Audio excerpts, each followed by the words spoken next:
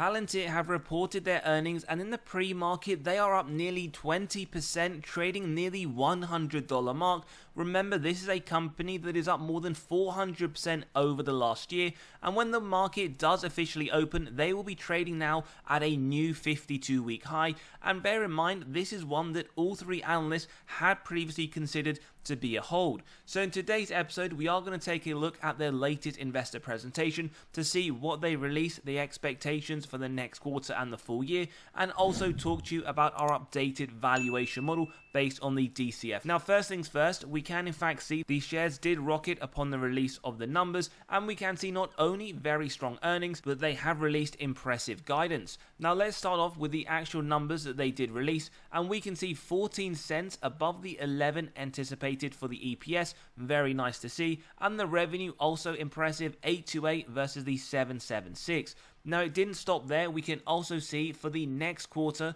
they're anticipating 858 to 862 million. Market was actually waiting to see 799, so very strong, especially if they can reach those figures. And it doesn't stop there. They believe for the full year of FY25 somewhere in the 3.75 billion region. Market was anticipating 3.52. So on all accounts, both the actual numbers reported and the guidance for full year and the next quarter, Palantir have gone above and beyond market expectations. Now you could sit there and say this is what you expect given the high valuation. There's one thing to be valued at an astronomically high rate, but there's another thing to execute, and that is what Alex Karp and the team continue to do on a quarter by quarter basis. And this is a very large win for Palantir and the shareholders, so congratulations. In terms of just one or two sentences from the CEO himself, he says that our business results continue to astound, demonstrating our deepening position at the center of the AI revolution. Our early insights surrounding the fact the commoditization of large language models has evolved from theory to fact, and that we are still in the earliest stages, the beginning of the first act of a revolution that will play out over years and decades, and that the company has been preparing for this moment diligently for more than 20 years. Now, before we dive into their investor presentation, we just want to show you clearly that over the last 4 quarters, at a bare minimum, they have either been in line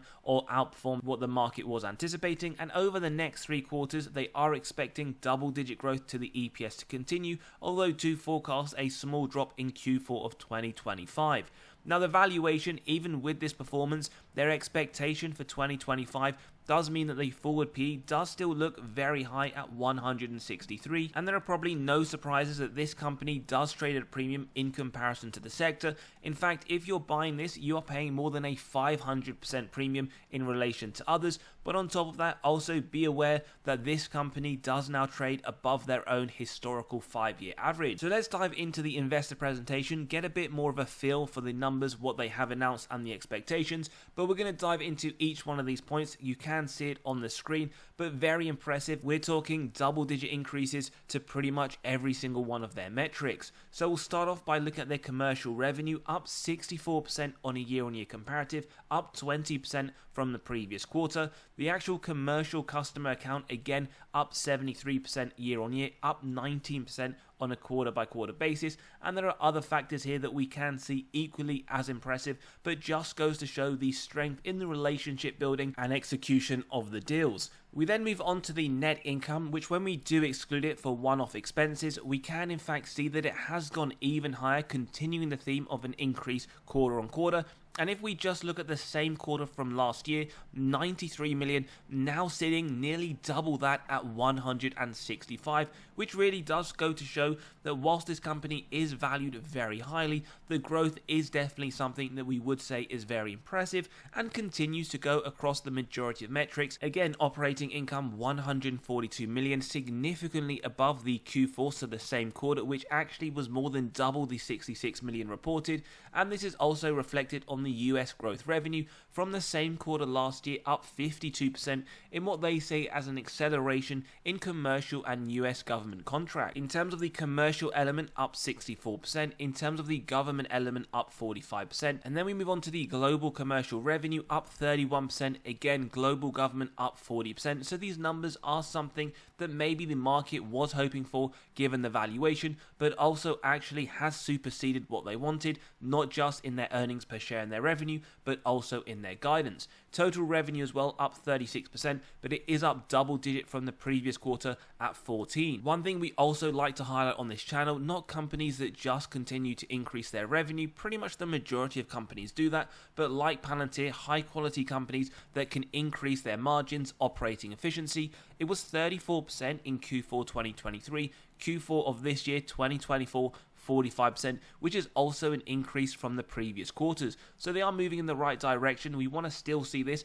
as the quarters go on, but we now do have some faith given the consistency of the numbers produced, and their commercial customer count is also up. We're seeing now 73% on a year-on-year comparative. And if you're looking globally, customer count up 43%, on a commercial basis up 52%.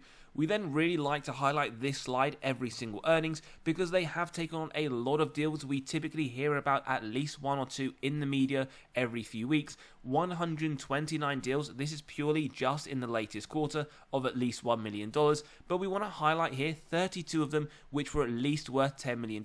And these ultimately do help propel their top line revenue as well as, I'm sure, increase their margins. And then we get to the health of the balance sheet, how strong it is. Not only do they end it with around $5 billion in cash and cash equivalents, but they also have no debt, very strong. We will briefly show you later on as well, but it won't even take this company one day to pay off any of their debt net of cash on hand.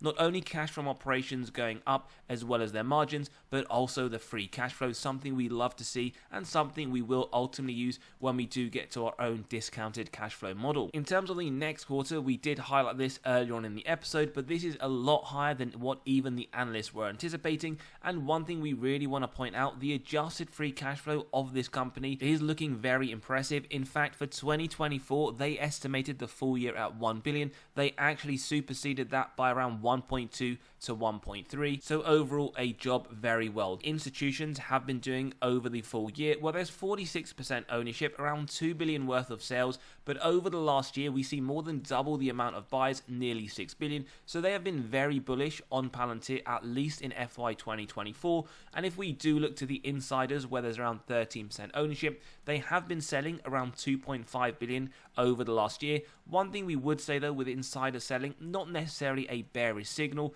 and we can see in January around $36 million worth of shares sold. Now we'll show you for full transparency who these insiders are, and you can see the most recent on the 7th of Jan for around 4,000 shares, netting this director around $287,000. We do also want to flag two things. First one, which we just briefly mentioned, but this company's balance sheet very strong. The net debt to EBITDA on a trailing 12 month at 0 and expected over the next 12 months at the same figure, meaning it won't even take them one day, as we said, to pay off all of their debt. We would, however, flag the shares outstanding. It has been increasing over the last few years, so they have been diluting your position as a shareholder, although the one key takeaway here is if they do continue to massively outperform the S&P, then you probably wouldn't ultimately care. Now, before we jump into the valuation, we want to let you know we have released our latest free weekly article. We drop one every single Monday morning where we talk about severely undervalued stocks as well as what's gone in the market over the last few days. So click below, you can sign up, read straight away, where you'll also be able to gain access to 45 undervalued stocks for the month of February. Lots of information for each one, the upside that Wall Street themselves see over the next year, and on top of that you can grab another spreadsheet of 43 stocks that Wall Street themselves believe have the most upside in the S&P right now. So click below, you can sign up and read straight away. We then move on to our updated valuation where we do get to $88. Now we will discuss going through this as it is quite subjective in terms of the forward expectations, but we can see here the growth rate just over the last full year. Now we have that data sitting at 79%.